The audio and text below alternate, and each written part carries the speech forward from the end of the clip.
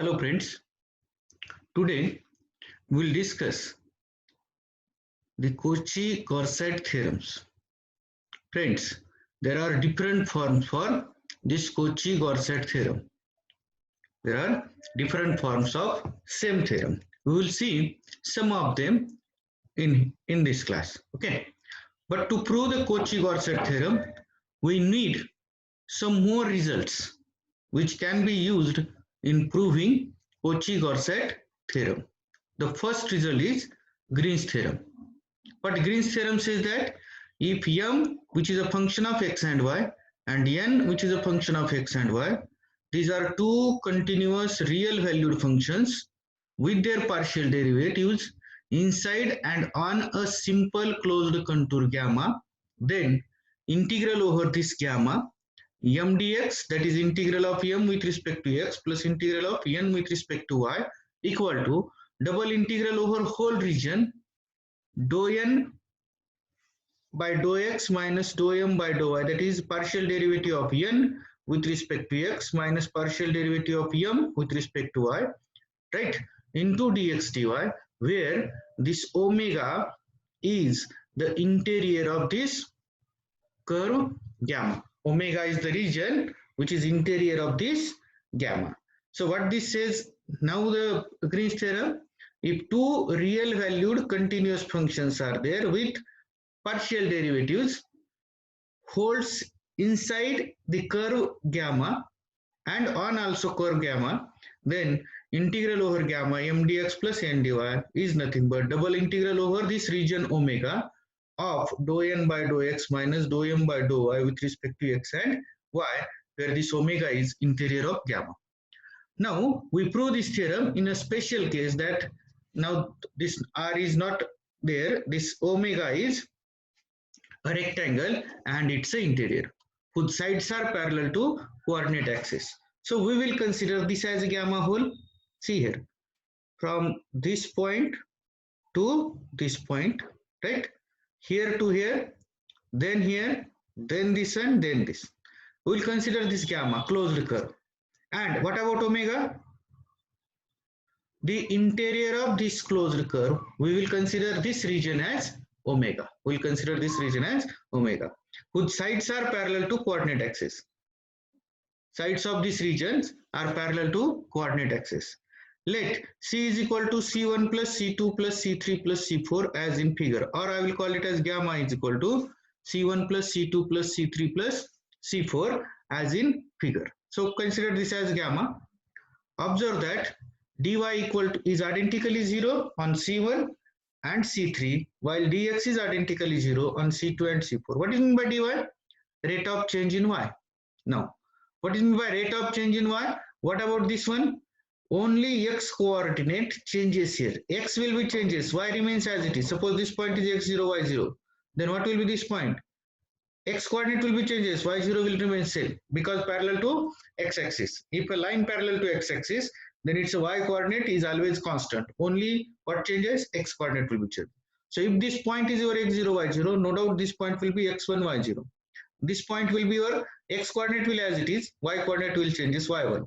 This point becomes x0, x coordinate as it is, same as this one, and y1 is this one. Okay, so x0, y1, x0, y0, x1, y0, x1, y1, x0, y1. Okay, so along this line, your y coordinate is constant. Therefore, rate of change in y coordinate is 0.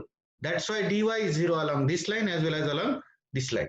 Similarly, dx is 0 along this line as well as along this line. Why? Because x coordinates remains as it is. Therefore, change in x coordinate is always equal to 0. Only change in y coordinate is there.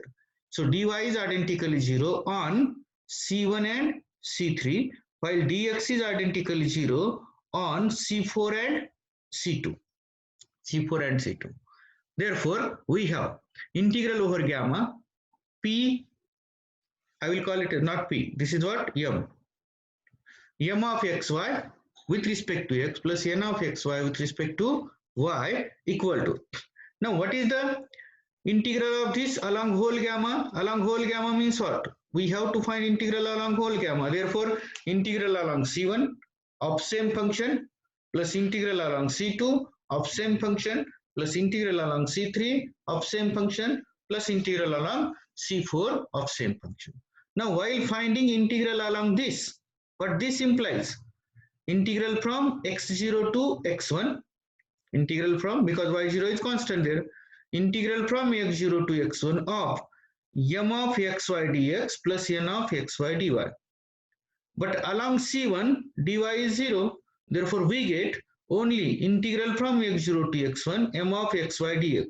But y is constant along this one and it is y0, therefore we get m of x comma y0 dx plus, for second curve, integral from now x1 is as it is, y0 to y1, y0 to y1, m of xy dx plus n of xy dy. But along this your dx is 0, therefore we get n of xy dy. But what is x here? As it is constant, it is x1. So n of x1 y dy plus integral from now x1 to x0, because y1 constant, again dx is 0, therefore we get along this dy is 0 because y1 is constant, so we get m x y1 mx y1, y1 is constant dx, and plus lastly integral from y1 to y0, because x0 is constant here, y1 to y0 n of x0y into dy, which is equal to now integral from x0 to x1 m xy0, and here it is integral from x1 to x0. If I write it as x0 to x1, you will get minus m xy1 dx. So we have collected them. Similarly, integral from y0 to y1 n xy dy, y0 to y1 minus n x0y n x1y, and this n x0y. Okay, now see what this term is. Value of m at y0 minus value of m at y1. So can I write it as integral from y0 to y1 minus dou m by dou y into dy into dx. Now dx is as it is here, no doubt. This bracket we are saying it is integral from y0 to y1 minus dou m by dou y into dy. Now what is integral from y0 to y1 minus dou m by dou y into dy? This is equal to, but we know this is the derivative of m with respect to y and its integral with respect to y. So what is it? Only minus m of x comma y from y0 to y1. And what is it? Minus m of xy1 minus minus plus n of xy0, which is this one. m of. So m of xy0 minus m of xy1 is nothing but this. Okay. Similarly, the second term is integral from, now here x1 x0, upper limit is x1, lower limit is x0. So you will get directly this as positive, derivative of n with respect to x, again with respect to x. So dou n by dou x into dx, its integral from x0 to x1 becomes n of x1 comma y minus n of x0 comma y, which is this one. So it is straightforward by using fundamental theorem of calculus. So you will get double integral y0 to y1, as these are continuous, we can change the integrations, y0 to y1 x0 to x1 or x0 to x1 y0 to y1. So what about this? Dou n by dou x minus dou m by dou y. Dou n by dou x minus dou m by dou y into dx dy, isn't it? As m and n are continuous with partial derivatives, therefore integral can be changed. And so what about this? This is nothing but double integral over this region, because x0 to x1 and y0 to y1 means what? Double integral over this region omega dou n by dou x minus dou m by dou y into dx dy. This is the Green's theorem which we have to use in our next result. Okay. Now we will prove this result. If f is analytic with f dash continuous inside and on a simple closed contour gamma, then integral over gamma fz dz is equal to 0. What hypothesis we have? F is analytic and f dash is continuous. That means what? Continuously differentiable. F is continuously differentiable inside and on a simple closed contour gamma. If you have simple closed contour gamma, suppose this is your gamma and inside means this term. Suppose F is analytic with f dash continuous inside and on a closed contour gamma, then integral over this gamma of that f of z is always equal to 0. Which two conditions are there? First, f should be analytic, f dash should be continuous on this gamma as well as inside gamma. In this case, we say that integral over gamma f of z dz always equal to 0. Now, as f of z is complex valued function, let f of z is equal to u of xy plus I into v of xy and this omega as interior of gamma. As in previous case, we consider this as omega is the region which is interior of gamma, the interior of gamma, and then integral over gamma f of z dz equal to. Now, in last some lectures, we already proved integral over gamma f of z dz is equal to integral over gamma u dx minus v dy plus I into integral over gamma u dy plus v dx. Equation number 1. Because f of z is of this terms u of xy plus I into v of xy. U of xy with respect to z can be written as u dx minus v dy and this can be written as u dy plus v dx. In last some lectures, we have already discussed this. Since f is analytic in omega and hence continuous in omega, u and v are also continuous in region. We are given that f is analytic in this region, every analytic function differentiable that is continuous in that omega, and u and v are also continuous in omega because f can be written as u plus I into v. Therefore, u and v are also continuous in omega. Now, also f dash z exists. We have given what is f dash z? We know that it is ux dou u by dou x and plus I into dou v by dou x. Or if it is analytic, then we know that ux is equal to vy and vx is equal to minus uy. CR equations, isn't it? So it is same as vy of z minus I into vx. This one ux equal to vy. Yes, this is uy, right? Ux equal to vy, vx is equal to minus uy. Further, as f dash is continuous in omega, the partial derivatives of u and v are also continuous in omega. If derivative continuous means what? Its partial derivative is also continuous. So f dash continuous, f dash can be again written as in terms of u and v. Therefore, u and v are also continuous in this region. Now, by applying Green's theorem to each of the integrals on right side of 1, what is the right side of 1? This. Consider this is m dx and this is n dy. So m is u, n is minus v. So what is integral over gamma of m dx plus n dy? We know that it is double integral over region dou n by dou x minus dou m by dou y into dx dy. It is like that. Similarly here also, this is m dx plus n dy. M is v, right? N is u. So again, by using using Green's theorem, what we obtain here, it is m dx, m is u and n is minus v. So derivative of the second term with respect to x minus derivative of first term, partial, no doubt partial, with respect to y. So derivative of v with respect to x, that is minus v ka derivative with respect to x minus u ka derivative with respect to y into dx dy plus I into here derivative of derivative of u with respect to x minus derivative of v with respect to y, ux minus vy into dx dy. Now, so this we get integral over gamma is given by this term, double integral over region omega minus vx minus uy with respect to x and y plus I into double integral over gamma ux minus vy with respect to x and y. We have, if f is equal to u plus yv is analytic, then ux CR equation must be satisfied, which we have already used there.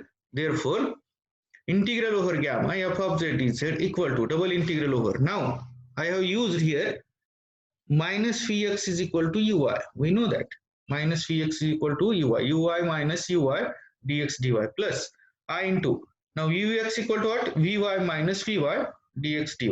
But ux minus ui minus ui both same, 0.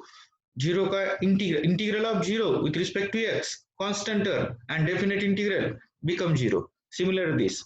So as this term is 0, the integral of 0, how many times you are taking integral of 0, but definite integral, they will always equal to 0.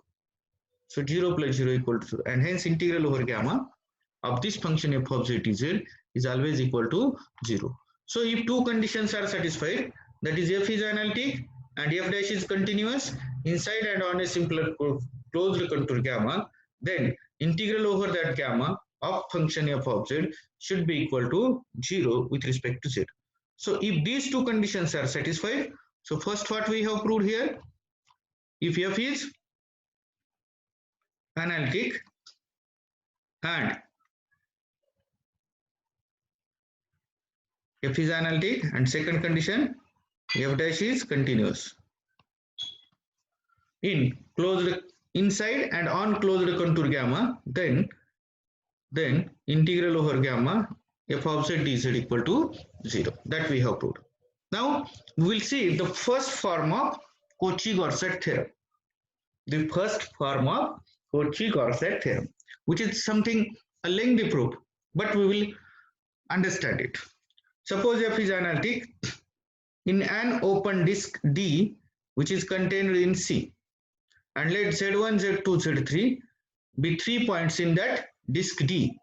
Assume that the closed triangle T with vertices Z1, Z2, Z3 is contained in that D, then integral over boundary of that T triangle of f of z with respect to z is always equal to 0. What things we have taken here? F is analytic in an open disk D which is contained in closed complex plane. So I will consider this as D, open disk. We know that actually it is circular. Okay, so it should be circular. Because of some reasons we are not drawing it as a circle, but consider this is a circle. Disk is always circle. Open disk D, I will consider this as D, and in this D we are considering 3 points, Z1, Z2, Z3. If we join them, we get a triangle, we will call it as T. Assume that the closed triangle T with vertices Z1, Z2, Z3 is contained in this open disk. Then what we want to show that? We want to show that integral over this curve, which is triangle, boundary of the triangle, this curve, integral over this curve, if I take integral over this curve of f of z dz equal to 0. What changes made in earlier and this one? F is analytic, but it was analytic in what? Analytic in only inside and simple closed contour gamma, isn't it? It was analytic on this curve as well as inside on this curve, but now here f is given that analytic in open disk. That is the change only, which is the subset of complex plane, means the disk is in complex plane. Then what other changes is there? Here it was gamma is any closed contour. It was gamma is any closed contour, and here gamma is a triangle. Gamma is a triangle. That is the only change. Gamma is a triangle, right? In place of gamma, we are using this T. So along triangle, we have to show that this function has, which condition is not there? F dash is continuous is not there. F dash is continuous is, this condition is not there. Okay, so it is removed and we have used this one. Okay, so we have to prove that in this case also integral over this boundary of triangle of f of z is always equal to 0. So let m1, m2, m3 be the midpoints of the segment z1, z2, z2, z3 and z3, z1 respectively. So what we are saying, this m1 is a midpoint of z1, z2, m2 is a midpoint of z2, z3 and m3 is a midpoint of z3, z1.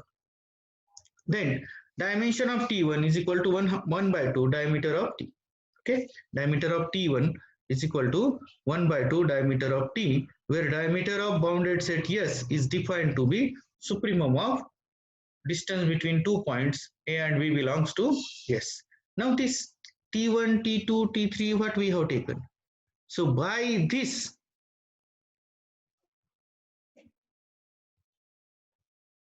okay, actually this page is there, not that. Okay, second page is there.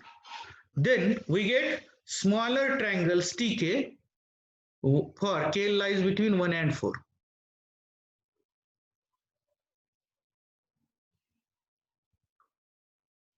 Actually, okay. If I take M1, M2, M3 are the three midpoints, again we get smaller triangle, this one, M1, M3, Z1, M1, M3, M2, right? Then M3, M2, Z3, M3, M1, Z2. Okay, 1, 2, 3 and 4 triangles we get. We get 4 triangles, correct? We get 4 smaller triangles. Then we get 4 smaller triangles, TK, where K lies between 1 to 4 as shown in figure. Note that distance between M1 and M2, that is mod of M1 minus M2, but M1 is a midpoint of line segment joining Z1 and Z2. Therefore, M1 is Z1 plus Z2 by 2 and M2 is Z2 plus Z3 by 2. So this will get Z1 minus Z3 by 2. Similarly, M2 minus M3 becomes Z2 minus Z1 by 2 and M3 minus M1 becomes Z3 minus Z2 by 2. Hence, length of boundary of TK is equal to 1 by 2 length of boundary of T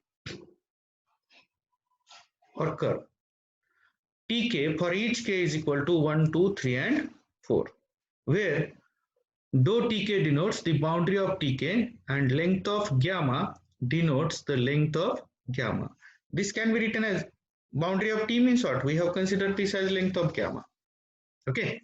So length of 1 by 2 times length of gamma you are saying. Length of dou TK equal to half length of gamma you are saying. How? Suppose, see here, whole length and length of distance Z1, M1, M3. What will happen? Length of Z1, M1 means perimeter Z1, M1, M3 becomes 1 by 2 times this whole length. Isn't it? 1 by 2 times this whole length, because your distance between M1 and M3 is what we get. See here, distance between M1 and M3. Okay, but it becomes Z2 minus Z3 by 2. It becomes Z2 minus Z3 by 2. And therefore, your length of any one triangle, that is perimeter of any one triangle, becomes 1 by 2 length of perimeter of whole triangle there. Okay. Define I is equal to integral over dou T of f of z. Actually, dou T is nothing but gamma, no doubt here. Dou T is nothing but gamma. I is equal to integral over dou T of function f of z, and Ik is equal to integral over each dou Tk for k equal to 1, 2, 3 and 4. Then I is equal to summation from k is equal to 1 to 4 Ik. Isn't it? I becomes what? Integral over all these triangles implies dou T is equal to integral over dou T f of z dz, because this is integral over dou T f of z dz. Summation from k is equal to 1 to 4. Ik is integral over dou Tk f of z dz. I will consider equation number 1. As we are interchanging right hand side of 1 twice in the opposite direction over each of the boundary dou Tk, which is not part of the sides of triangle T, and consequently corresponding boundary integrals cancels each other, the triangle inequality gives us mod of I is less than or equal to, as it is addition, mod of I is less than or equal to summation from k is equal to 1 to 4 ik. What this says that if you are finding this integral, first integral, along this curve, along this curve, along this curve, plus, right, second integral, along this curve, along this curve, along this curve. What is that says that integral along this curve and integral along this curve will be same, but only opposite direction. So they will cancel each other, and that we get here to here only integral, then plus here to here only integral, here to here integral, right, and then here to here integral. That is the case. So along whole means what? 1, 2, 3, and 4, like that. Okay.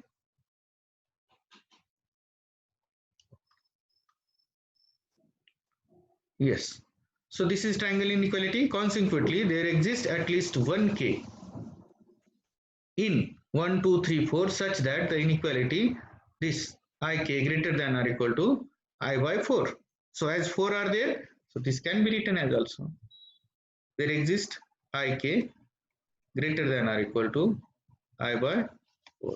It is like that.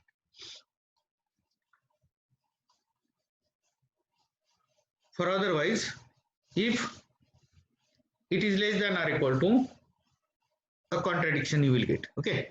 If more than 1k satisfies the inequality, we retain the last. So we relabel such triangle as T1.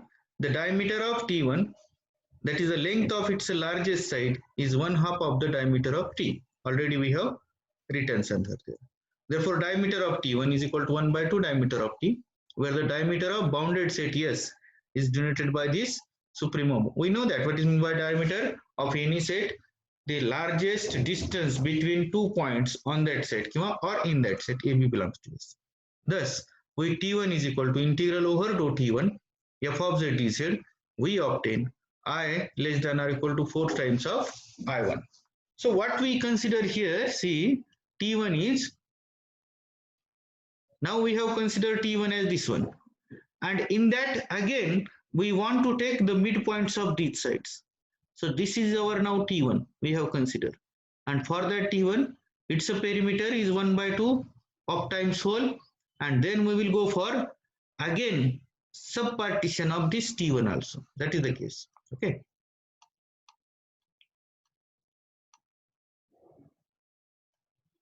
Right. So this we have considered. This thing. Apply the argument T1 in place of T to obtain another triangle T2. Repeating the subdivision process successively, we obtain the triangles. We have the following relations. What relations we can make?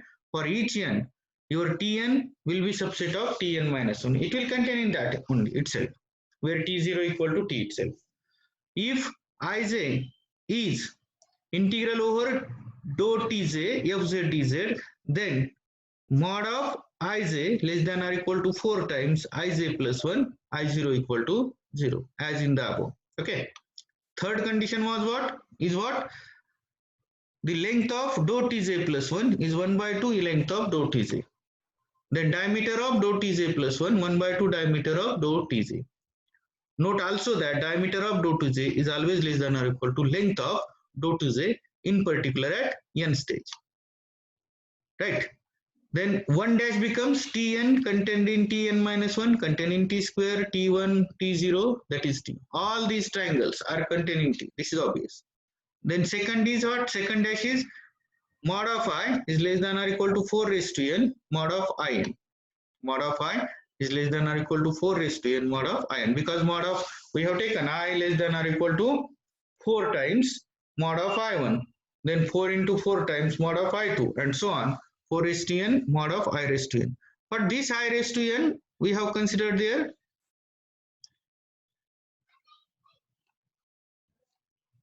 This is your I1. Take again 4 and one triangle in that. For this triangle, then again take 4 triangles and then take 1 triangle. For that triangle, again take 4 triangles, and so on. That's why we are considering for n. Okay. Diameter of Tn is equal to 1 by 2 times 1 by 2 raised to n times diameter of T, and length of dou Tn is equal to 1 by 2 to the power n length of dou T. Since that limit as n tends to infinity, diameter of T to the power n goes to 0. As your triangles goes smaller, smaller, smaller, smaller, smaller size, so limit as n tends to infinity, this diameter goes to 0, and by 1 dash, your T1 will be contained in T2 will be contained up to Tn. Is nested sequence of non-empty compact subsets of C, and the intersection is non-empty. So by Cantor's intersection theorem, this whole intersection contains at least one point, say J0. So if we take triangles, then between triangles, then triangles, then triangles, then triangles, so what we get? We get a nested compact subset and whose at least one point, say Z0, common to all these triangles. So there will be some point Z0 which is common to all the triangles. In particular, Z0 must be in capital T also. So F is analytic at Z0.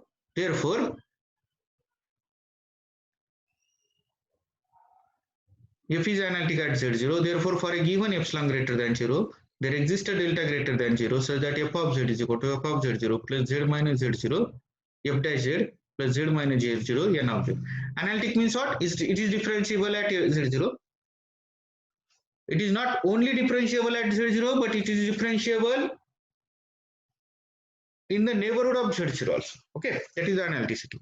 So if it is analytic means differentiability holds, that is F of Z minus F of 0 divided by Z minus Z0 is equal to F dash of Z plus n of Z, where limit as n tends to infinity, this n of Z we are considering it is equal to 0. Okay. All right. With n continuous and mod of n of Z less than epsilon for Z minus Z0 less than delta. Therefore, we have, you may say that why we are saying like this. This simply means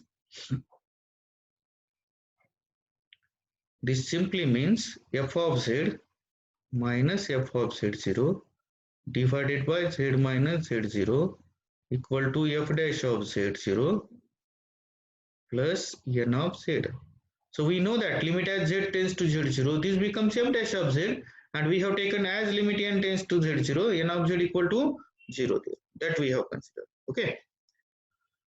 This is the meaning of that. So therefore integral over T dou Tn F of Z dz equal to F of Z0 minus Z0 into F dash of Z0 into integral over dou Tn of dz. Okay. By using this previous thing. Here F of Z. F of Z0, Z minus Z0. So Z F dash of Z0 minus Z0 F dash of Z0, F of Z0, F of Z, Z minus Z0, n of Z. So integral over dou Tn F of Z0, Z. So that F of Z we have taken, F of Z0 minus Z0 F dash of Z0 plus F dash of Z0 Z dz and plus Z minus Z0 n of Z dz. We know that because this upper thing we have taken like this. F of Z equal to F of Z0 plus Z F dash of Z0 minus Z0 F dash of Z0 plus Z minus Z0 n of Z. By using this, we are finding this one, separate method. Okay.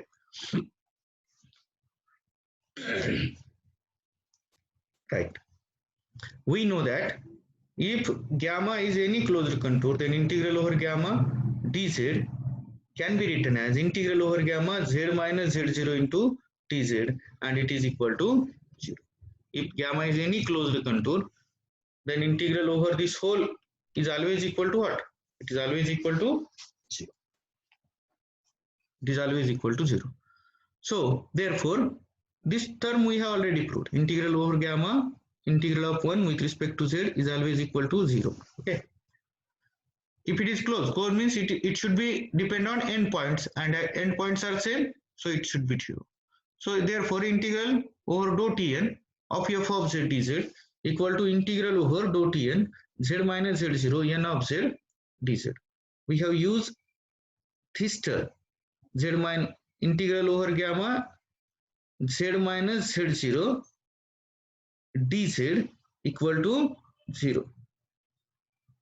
Z minus z0 dz equal to 0. That we have used. So therefore this becomes z minus z0 n of z dz. That means what? This term we have proved. This is equal to 0. This is equal to 0. Similarly, z minus z0 means this is equal to also 0 we have considered. Only we get this n of z dz. So by 1 dash, we also note that for sufficiently large n, the triangle Tn is contained in this one, z, such that mod z minus z0 less than delta. Using the standard estimation together with above observation, these are simple calculations there. Mod of in is equal to mod of dou Tn f of z dz equal to integral over dou Tn z minus z0 n of z dz less than or equal to, by using this one. This we have considered mod of n of z less than so. So by using that, you will get maximum of z minus z0 L of dou Tn less than or equal to epsilon dimension of Tn L of dou Tn. So simple calculation shows it is equal to epsilon times 4 raised to minus n diameter of T into L of dou T. Using second dash also, we have 4 raised to minus n mod of I less than or equal to In, which is less than or equal to epsilon times 4 raised to minus n diameter of T L of dou T, which implies now this will goes to mod of I less than or equal to epsilon times diameter of T into L of dou T. Since epsilon greater than 0 is arbitrary, therefore mod of I will be tends to 0, that is equal to 0, that is I equal to 0, and I equal to 0 means integral over dou T f of z dz equal to 0 as desired. Okay. This Cauchy's theorem, what says one remark? Cauchy-Warsadt theorem assert that the integral of a function that is analytic in simply connected domain T along any closed contour gamma, where gamma is inside in T, is always equal to 0. The requirement of f dash continuous is not necessary in this result. So f dash is continuous, we have dropped it here. F dash continuous, we have dropped it here. And what is second remark? If gamma is a quadrilateral, it can be divided into two triangles T and T dash, so that integral over gamma f of z dz is equal to integral over dou T f of z dz plus integral over dou T dash f of z dz, and this is also 0, this is also 0, therefore total is also equal to 0, since the integrals along AC and CA cancels each other. Suppose we have given a quadrilateral, then you can transfer them into two triangles, and therefore integral over this triangle plus integral over this triangle, already we have proved for triangle, therefore it will be both of them will be 0, and in that case also this result will be true, integral over gamma f of z dz equal to 0. This is also true in that case also. Okay, that is the case there.